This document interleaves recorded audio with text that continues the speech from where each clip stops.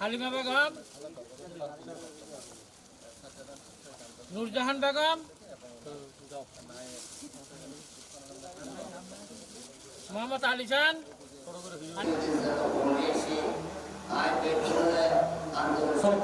সাধারণ সম্পাদক জনাব শেখ মোহাম্মদ শাকিল মান্ডি।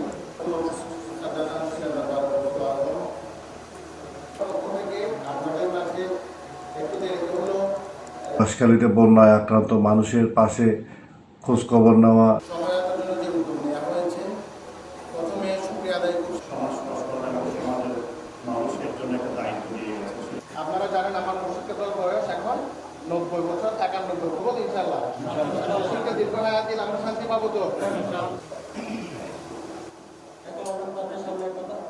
আঞ্জুমানে মুত্তাবিইনে গৌসে মাইজভান্ডারের শাহেমদা দিয়া মাইজভান্ডার দরবার শরীফের বর্তমান সাজ্জাদা নশীন সৈয়দ এমদাদুল হক মাইজভান্ডারের পরামর্শে চট্টগ্রাম জেলা কার্যালয়, বাঁশখালী উপজেলা কার্যালয়ের তত্ত্বাবধানে বন্যার পরবর্তী থেকে বাঁশখালীতে বন্যায় আক্রান্ত মানুষের পাশে খোঁজখবর নেওয়া এবং তাদের পাশে থাকা এই ধারাবাহিকতায় বজায় রেখেছেন।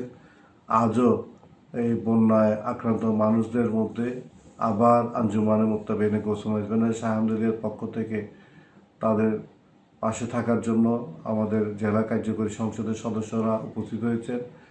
পাশাপাশি তারা কিছু ত্রাণ সামগ্রীও বিতরণ করছেন।